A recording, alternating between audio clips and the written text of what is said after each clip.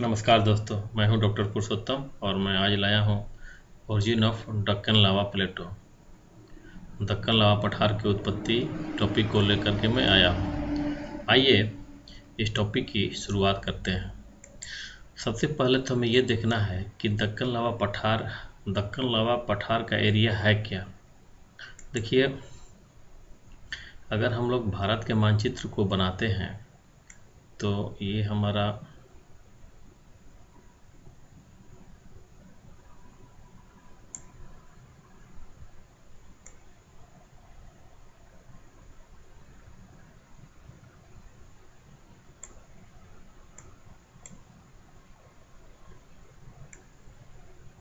भारत का मानचित्र हुआ। तो भारत के मानचित्र में ये हमारा यहाँ से यहाँ तक ये इलाका जो है, ये हमारा होता है प्रायद्वीपीय पठार। ये पूरा का जो साउथ के जो मैंने घेर दिया है, ये पूरा इसे लोग बोलते हैं प्रायद्वीपीय पठार। इधर में हमारा उत्तर पर्वतीय प्रदेश हो गए, बीच के मैदान हो गए, इधर मरुस्थल हो गया। तो प्रायद्वीपीय जो पठार है उसे हम लोग पठारों का पठार कहते हैं। तो उसे पठारों के पठार में से एक पठार जो है दक्कन लावा पठार है। और ये दक्कन लावा पठार जो है ये पूरा महाराष्ट्र, मध्य प्रदेश, कर्नाटक, तेलंगाना, ये सब का इलाका जो है प्रायद्वीपीय पठार का दक्कन के पठार का इलाका है। क्योंकि इस पठार का निर्माण जो है लावा से हुआ है, इसीलिए हम लोग इसे दक्कन लावा पठार कहते हैं। और दक्कन लावा पठार किसका भाग है? प्रायद्वीपीय पठार का एक हिस्सा है। अब ये दक्कन लावा पठार है। अब देखिए, दक्कन लावा क्षेत्र या दक्कन लावा पठार भारत के पश्चिमी भाग में गुजरात, महाराष्ट्र, मध्य प्रदेश, कर्नाटक एवं आंध्र प्रदेश, तेलंगाना भी होगा में 5 लाख वर्ग किलोमीटर क्षेत्र में फैला हुआ है। कितना फैला हुआ है? 5 लाख वर्ग किलोमीटर क्षेत्र में ये फैला हुआ है। अब इसकी उत्पत्ति कैसे होती है? जब हम लोग इसकी उत्पत्ति की बात करते हैं दक्कन लावा पठार के, तो देखिए, दक्कन लावा पठार जो है, यह पठार इस पठार की उत्पत्ति जो है, जो हमारा अफ्रीका महाद्वीप से, जो हम इसे गोंडवाना लैंड भी बोलते हैं, उस पठार से अलग होने के फलस्वरूप इसकी उत्पत्ति हुई थी। हुआ यह है कि जब जो हमारा अफ्रीका महाद्वीप है, उस महाद्वीप से भूगर्भीय हलचल के फलस्वरूप क्रिटेशियस युग से पहले भारत ऑस्ट्रेलियाई प्लेट जो है अलग हुआ। और अलग होने के क्रम में यह प्लेट जो है उत्तर पूर्व की ओर, जो भारतीय ऑस्ट्रेलियाई प्लेट है वो उत्तर पूर्व की ओर गतिशील हो गया। और इस गतिशील होने के क्रम में भारतीय ऑस्ट्रेलियाई प्लेट में दरारी उद्भेदन हुआ। और दरारी उद्भेदन से नीचे से मैग्मा चैम्बर से लावा सतह के ऊपर आना शुरू कर दिया, जिससे कि इस पठार की उत्पत्ति हुई। अब हुआ क्या कि जैसे मैंने कहा कि ये हमारा हो गया अफ्रीका हम जानते हैं। यहीं से टूट करके हमारा प्रायद्वीपीय भारत जो है, जो हमारा भारत है, वो क्या हुआ? अलग हुआ। जब ये अलग हुआ तो अलग होने के क्रम में यह हम जानते हैं कि यहाँ पर क्या है, यहाँ पर हमारा हिमालय है, हिमालय पर्वत श्रृंखला है। और ये पूरा का पूरा यहाँ के नीचे का पूरा इलाका जो है ये है, इसे हम लोग बोलते हैं भारतीय ऑस्ट्रेलियाई प्लेट। तो भारतीय ऑस्ट्रेलियाई प्लेट जो है, भारतीय ऑस्ट्रेलियाई प्लेट वो उत्तर पूर्व की ओर गतिशील है, उत्तर पूर्व की तरफ ऐसे गतिशील है। और गतिशील होने के कारण यह प्लेट जो है यूरेशियाई प्लेट के नीचे सबडक्ट हो रहा है, यानी प्रत्यावर्तित हो रहा है। इस प्रत्यावर्तन के क्रम में हुआ क्या है कि जो हमारा भारतीय प्लेट है उसमें बेंड पड़ गया, मुड़ पड़ गया है। और मुड़ पड़ने के क्रम में, आइए इसको हम समझते हैं इस प्रकार से कि जब ये प्लेट आगे की तरफ गतिशील हुआ, जैसे कि ये हमारा हो गया,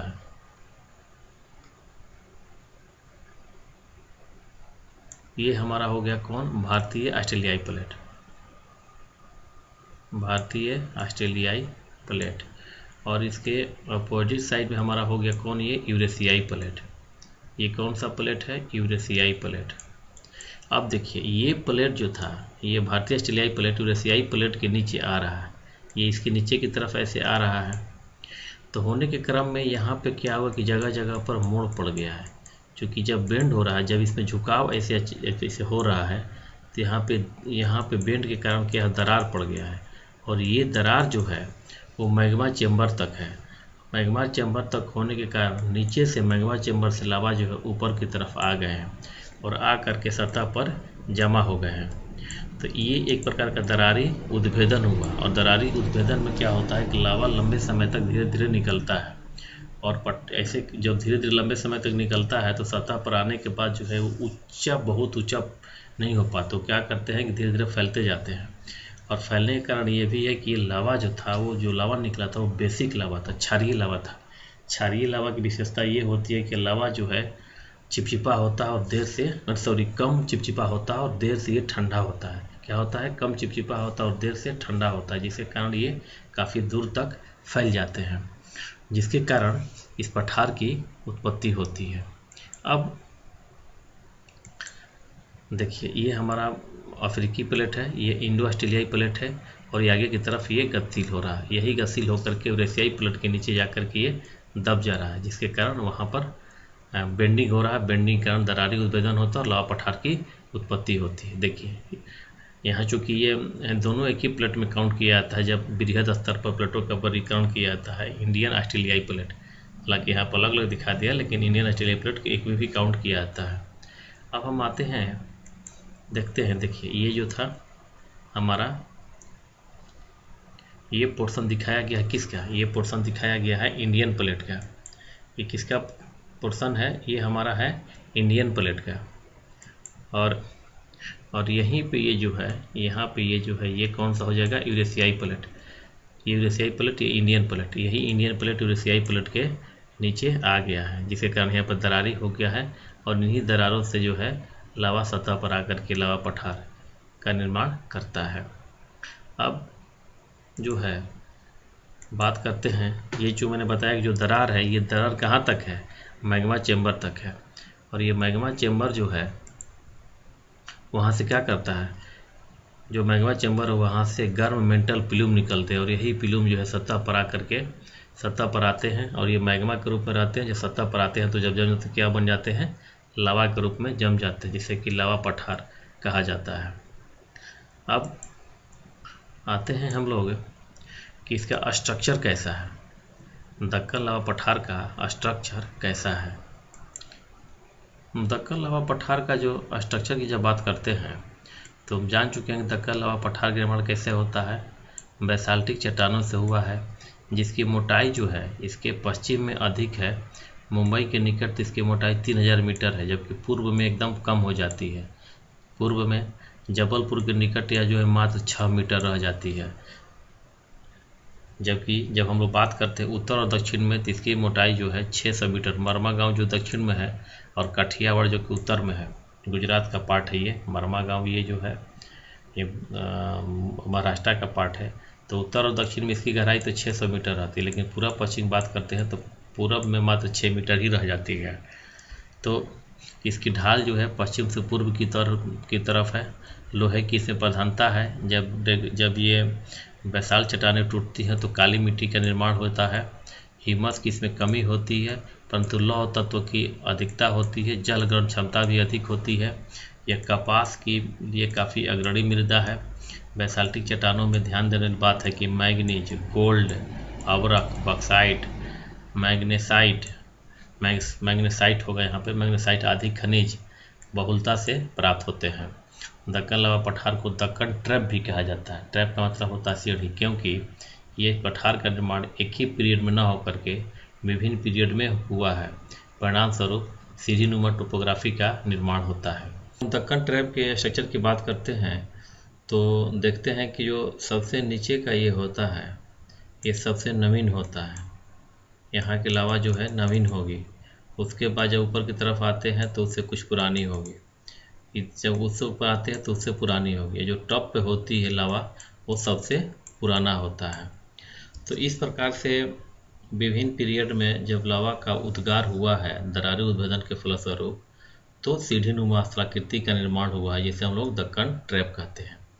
अब ये जब दक्कन ट्रैप की बात करते हैं तो देखे जाते हैं कि जो लोअर ट्रैप है उसकी गहराई जो है निचले वाले की 1500 मीटर के लगभग है। जो मिडल ट्रैप है उसकी गहराई जो है 1200 मीटर है। जो अपर ट्रैप है उसकी गहराई जो है 450 मीटर के आसपास है। तो इस प्रकार से विभिन्न ट्रैप की गहराई को यहाँ बताया गया है। और ये जो ऊपर वाला है ये दिखाता है कि ये क्या है, ये सबसे ऊपरी सीमा है जिसकी कितनी ऊंचाई है, 0 मीटर है। तो हम ये कह सकते हैं कि जो लोअर ट्रैप वो सतह से कितनी गहराई पे है, 1500 मीटर के लगभग गहराई पे है। मिडल ट्रैप जो है 1200 और अपर ट्रैप जो है 450 मीटर की गहराई पर है। और ये सब मिल करके क्या बनाते हैं, दक्कन ट्रैप। अब हम लोग आते हैं प्रायद्वीपीय पठार के विस्तार पर। देखिए, जब प्रायद्वीपीय पठार के विस्तार की बहुत इंपॉर्टेंट है, इसको समझने की आवश्यकता है। और हम देखते हैं कि ये जो है ये सौराष्ट्र का इलाका, काठियावाड़ का इलाका, सौराष्ट्र का इलाका, ये जो इलाका है यहाँ पे भी क्या है हमारा, ये भी दक्कन पठार का इलाका है। यहाँ पे भी दक्कन पठार का इलाका तो नहीं है, लेकिन यहाँ पर लावा का निक्षेप है। दक्कन पठार का हिस्सा नहीं है, लेकिन यहाँ पर लावा पाया जाता है। ये दक्कन पठार का ये पूरा का पूरा ये इलाका है दक्कन पठार का। ये जो इलाका है दक्कन पठार का, इसको ध्यान रखने की ज़रूरत है। ये दक्कन पठार से ये जो है काठियावाड़ का पठार है, जो कि दक्कन पठार से अलग, लेकिन यहाँ पर भी लावा का निक्षेप है। इस चीज़ को ध्यान रखेंगे। और अब हम आते हैं, देखते हैं कि यहाँ का लैंडस्केप जो है वो दृश्य किस प्रकार का बनता है। देखिए, यहाँ पर क्षारीय लावा की अधिकता है, ये हम जानते हैं। क्षारीय लावा की अधिकता है यहाँ पर, और अधिक वर्षा के कारण यहाँ पर मेसा और बूटी जैसी स्थलाकृतियों की बहुलता है। यह पठार कई भौतिक विभागों में विभाजित है, जैसे विदर्भ का मैदान, गोदावरी का ऊपरी बेसिन, भीमा बेसिन। यह एक भाग दूसरे भाग से इस पठार के जो विभिन्न उपविभाग हैं वह एक दूसरे से कई पहाड़ियों के द्वारा अलग होते हैं। ध्यान रखिएगा, यह पठार जो है कई उपविभागों में विभाजित है, और यह जो है कई पहाड़ियों के द्वारा एक दूसरे से अलग होते हैं। इन पहाड़ियों में महत्वपूर्ण है Ajanta range, Harishchandra range, Balaghat range, Nirmal range इत्यादि। और यहाँ पर जो है ये मुद्रादायनी फसलों की यहाँ पर दिखता है, वन क्षेत्र की यहाँ कमी है। अब यह पर शुरू में ये बात हो चुकी है कि जो क्षारीय लावा की अधिकता है और अधिक वर्षा के कारण यहाँ पर मेसा एवं बूटी देखने को मिलती है। मेसा और बूटी क्या है? मेसा और बूटी जैसे कि ये अगर मान लेते हैं कि पठारी इलाका है और यहाँ से कोई नदी की यहाँ उत्पत्ति हो गई, तो नदी उत्पत्ति होते क्या करेंगे, नदी इसको धीरे धीरे नीचे की तरफ ये काटना शुरू कर देती है। इसकी धीरे धीरे नीचे की तरफ काटना शुरू कर दी। यहाँ पे तो नदी धीरे की तरफ क्या करेगी, नीचे की तरफ ये ऐसे नीचे की तरफ ये काटना शुरू कर देती है। तो ये बीच का क्या बन जाता है, ये हमारा ये पठार बन जाता है। ये क्योंकि इसके बीच तो नदी प्रवाहित होने लगेगी, बीच में ये पठार हो जाता है। इसको हम लोग बोलते हैं मेसा। लेकिन जब यही पठार जो है जो इस प्रकार से अपर्दन के फलस्वरूप ये ऐसे हो गया, ये पठार हो गया, लेकिन धीरे धीरे जब अपर्दन बढ़ता चला जाता है पार्श्व भाग से, तो इसका आकार क्या हो जाता है, पहले यहाँ से यहाँ तक था, अब ये घट करके यहाँ से यहीं तक हो गया। तो जब छोटे आकार का हो जाता है तो उस मेसा को क्या बोलते हैं, उसको बोल देते हैं बूटी। तो मेसा और बूटी जो है लावा पठार के अपर्दन के फलस्वरूप निर्मित स्थलाकृतियाँ हैं, जो तुलनात्मक रूप से एक बड़ी होती है और एक उसकी तुलना में छोटी होती है। छोटी को बूटी कहते हैं, बड़े वाले को मेसा कहते हैं। और इस पठार पर कई जो रेंज है जो इस पठार को कई विभागों में विभाजित करते हैं। तो ये है हमारा दक्कन लावा पठार। ये क्वेश्चन महत्वपूर्ण होता है, इसको देखने की सावधानीपूर्वक पढ़ने की आवश्यकता है। और जब पढ़ें तो इस चीज़ को ध्यान रखें कि इस पठार की उत्पत्ति कैसे होती है। इस पठार की उत्पत्ति में जो है जो इस चीज़ को मैं ध्यान मेरा आकर्षित करना मुख्य उद्देश्य है कि मैंने बताया कि ये प्लेटों को बनाएंगे। ये हमारा हो जाएगा इंडियन प्लेट या ऑस्ट्रेलियाई प्लेट। इसके बगल में जो हो जाएगा हमारा हो जाएगा यूरेशियाई प्लेट। ये हमारा यूरेशियाई प्लेट के नीचे भारतीय और ऑस्ट्रेलियाई प्लेट का सबडक्शन हुआ, प्रत्यावर्तन हुआ है।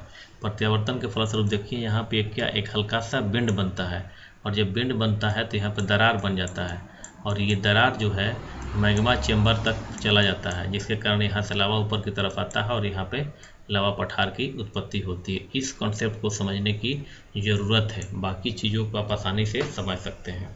तो ये था हमारा दक्कन लावा पठार, जो कि प्रायद्वीपीय पठार का ही एक पठार है, और प्रायद्वीपीय पठार और दक्कन पठार भी कई उपविभागों में विभाजित है, और कैसे विभाजित है जिस पर प्रकाश डाला जा चुका है। तो मुझे उम्मीद है कि ये वीडियो आपको बहुत ही पसंद आया होगा और आपके प्रतियोगिता परीक्षाओं के लिए काफ़ी ये लाभदायक सिद्ध होगा। थैंक यू दोस्तों, इस चैनल को लाइक कीजिए, सब्सक्राइब कीजिए, शेयर कीजिए। धन्यवाद।